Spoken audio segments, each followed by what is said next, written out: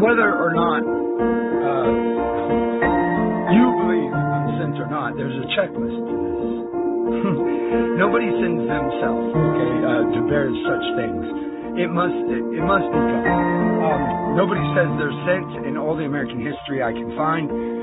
All I know is sent. I'm learning apostle and prophet and what they mean.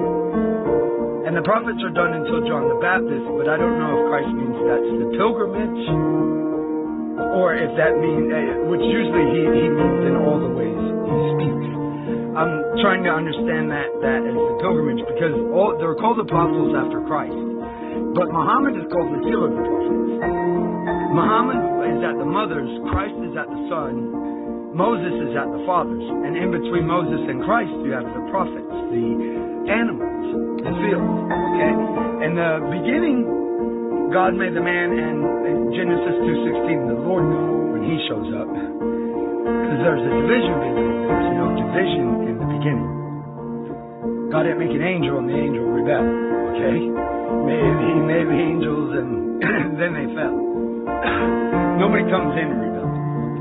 And so, when in the beginning with God, then he made the man, he formed him, blew into his nostrils, which we know is two, into one cavity. That's the man and the woman, into two lungs, and then come out as one breath. So, when he formed the man, blew in the nostrils life, that's the woman. The woman's always known as the breath, the water. She's given the life blood, but we are the keepers of it. You understand? So it never says your mother's blood outright, like say for trying to. It's not custom to say it to speak on your mother's blood. It's called your mother's law. It's called your mother's sorrows. Okay. They don't bring her to the blood, but because she's already been slaughtered, and you're supposed to cover her. As it reads in Ezekiel, the slaughter I prepared for you, the slaughtering I did for you, God slaughters her for you. She goes to her man, which is like God to her, and the man slaughters her. He eats her. She's a helpmeet. She's the one bleeding the blood. She's the one with the flesh mutilated. It's like a circumcision every month that she has her menstrual. Because she's chastised of the Lord. She's the daughter of the king. The first mother went to quit, and she can't quit. Iniquity passes through her. Sin passes through her. She paid double for her iniquity, meaning she can't quit. Eve is as in as you get, child. Okay? Eve is as in as you get, child. Do you understand? She gives her life, her blood. She gives her body. She's a blameless soul. That's why daughters are given. That's why daughters are made of the Lord, handmaid of the Lord, daughter of the King. Every one of them. To challenge this is to challenge everything. And this is the sin of the world. They deny the mother's blood. They trample them in the street. They have no honor, no integrity. They have no virtues. Virtues means that the women are just bleeding for nothing. Well, that's the woman that bled for 12 years. She went to all the doctors, couldn't get nobody, nothing.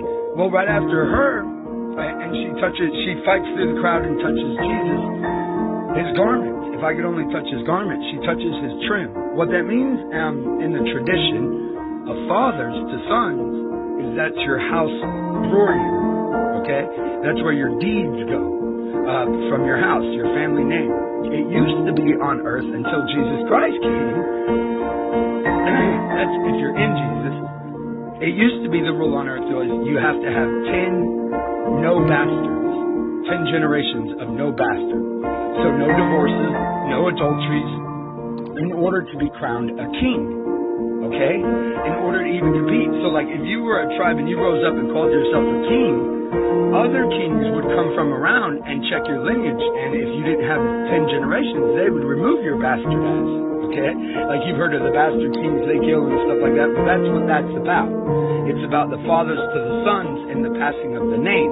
Now, if you can't know your great-grandfather's name, or your great-great-grandfather's name, guess what you would be a member of? And thus you see how the rich conquer the poor.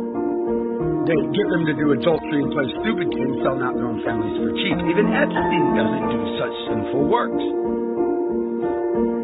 I mean, even though he's screwing children, he's not screwing their future. You see, he's screwing them as him and not as screwing them from God. The worst sin a man can commit is to speak wrong on God. And how can you expect an adulterer to speak right about God? So, you see the issue here. The adulterer will work as satanic forces to deny the woman her blood. He will go to attempt to say she wasn't good enough. But Eve is as in as you get, child. You see, when you do union, she's all in. Are you not coming? And thus, then, right there is where you see the difference between godly men and men. Where you see the difference between true, righteous, and the unrighteous. As the old lady told Joab when he was bombarding the city, she stuck her head out the wall, like she was the wall, like Jericho. Like, no men were in there, what the hell? Well, Joab's supposed to be the guard of that city.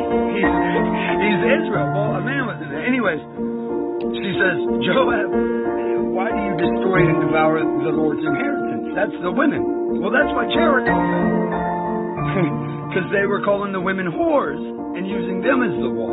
They were hiding behind them. That's the same thing Adam does in Eden.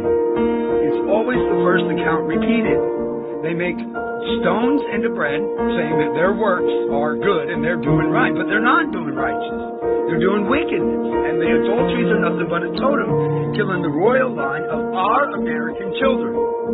You understand? If we don't get our children a royal mother, then there is no royal father, because every daughter is given by the one father. If the men don't hold the honor to the oath there, where do they offer their blood? To the woman. So she comes in swearing to God, and she don't get a mouth. Remember the fall, because you adhered to your wife and not my command. Now, he didn't say nothing to Eve. He didn't say, because you done this. He just gave her the punishment and then said to your husband. So she comes in bleeding, birthing pains, sorrows, increase. And her that doesn't bear bears more than her that does. That means that the children that are being born, there's loss. But all the reborn will go to the woman that shed blood and the woman that birthed. You see? So when he says, she that doesn't birth bears more than her that does. She that doesn't bear bears more than her that does. Because you are birthing if you're a woman. You're in labor pains. And the way the man does his labor pain is to the command. When God forms the man, he puts him at the head and gives him the command. Then he names the animals, or mentions his wife and then names the animals. She's the good gift mentioned before the naming of animals. So you have the patriarchs, and then you have Moses the prophet at the naming of the animals. That's the prophets. We get into the writing. The reason the patriarchs don't have books is because there are fathers that are ahead of us. All we get to hear from them is from Uncle Charles that lived from the war. You know what I mean? And Daddy's a great man that always goes before. He doesn't have time for coming back and making love to Mama and birthing more little grandbabies. He's birthing nations. Understand? That's why Abram is called father of many, the father of nations. And there's no book of him. Then we get to Moses with the book, the prophets. Then we get more into the law and what it was for. Then we get to Jesus Christ, and that's where the rib is taken. Okay, because you have to die without me.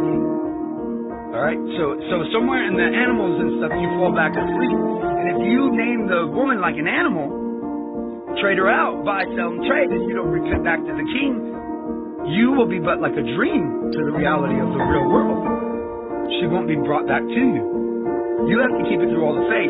She's called the seed of life. Abraham's seed is her, the seed of life. Don't let the devil take it. You go before. She doesn't get a mouth, hands, or feet to change anything. It's just to see if you can keep it, oh man. Keep it, oh man. Why? Look, you did adultery, you should go to hell. But he said, take all the wives, get to the head. Hallelujah.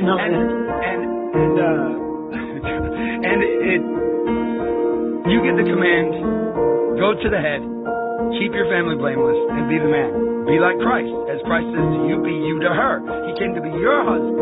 Your husband. You be a